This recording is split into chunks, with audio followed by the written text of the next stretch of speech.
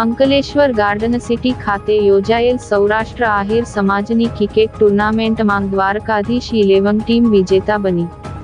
સૌરાષ્ટ્ર આહિર સમાજ કે જેઓ વ્યવસાય અર્થે ભરૂચ અંકલેશ્વર આવી પોતાના વ્યવસાય કાર્ય કરી રહ્યા છે, ત્યારે સમાજના યુવાનોને સંગઠિત કરવા સમાજના યુવાન એકબીજાથી પરિચિત થાય અને વિશેષ સમાજના પ્રમુખ સાજનભાઈ આહિર દ્વારા 31 ડિસેમ્બરના રોજ યુવાનો સમાજ સાથે રહે તેવા હેતુથી સતત 3 વર્ષથી ક્રિકેટ ટુર્નામેન્ટનું સમાજના વડીલો દ્વારા આયોજન કરાઈ રહ્યું છે। ક્રિકેટ ટુર્નામેન્ટની ત્રીજી સિઝનનું આયોજન કરવામાં આવ્યું હતું, જેનો પ્રારંભ તારીખ 29મી 31 ડિસેમ્બર સુધી ટુર્નામેન્ટ યોજાઈ હતી, જે ટુર્નામેન્ટમાં 10 જેટલી ટીમોએ ભાગ લીધો હતો।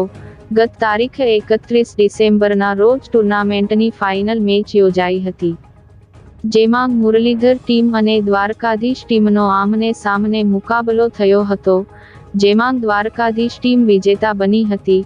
અંતે વિજેતા ટીમને ઉપસ્થિતોના હસ્તે ટ્રોફી એનાયત કરવામાં આવી હતી। ભરૂચના સાંસદ મનસુખભાઈ વસાવા, ભરૂચના ધારાસભ્ય રમેશભાઈ મિસ્ત્રી, અંકલેશ્વરના ધારાસભ્ય, જંબુસરના ધારાસભ્ય, જિલ્લા ભાજપ પ્રમુખ મારુતિસિંહ ટોડરિયા, આહિર સમાજના પ્રમુખ સાજનભાઈ આહિર, સમાજ અગ્રણી મગનભાઈ સહિતના સમાજના અગ્રણીઓ અને સમાજના યુવા ક્રિકેટરો અને સમાજના ભાઈઓ અને બહેનો ઉપસ્થિત રહ્યા હતા। એટલે જે પણ રમ્યા છે તેઓ બધાને ખૂબ ખૂબ શુભેચ્છાઓ।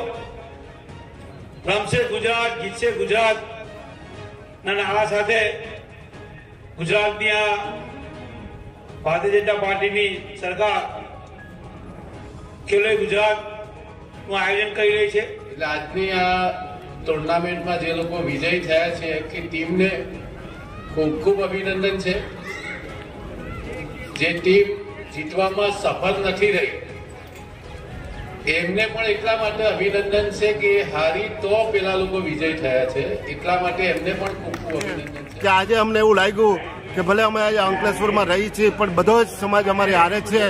અને બીજું આજે મેચનું કારણ એક જ હતું કે આજે 31 તારીખ છે, એટલે અમુક એવું નવું વર્ષ ગણે છે અમુક લોકો, પણ ખરેખર એના માટે યુવાનો અવરે માર્ગે ના જાય, યુવાનો હરખાથી અહીં વ્યવસ્થિત રીતે કાયમી માટે હળીમળીને રહીએ, અને એના માટે 3 દિવસનું મેચનું આયોજન રાખ્યું હતું, જેથી કરીને આપણું યુવાધન અવરે માર્ગે ના જાય અને એક વ્યવસ્થિત કાયમી માટે જળવાઈ રહીએ।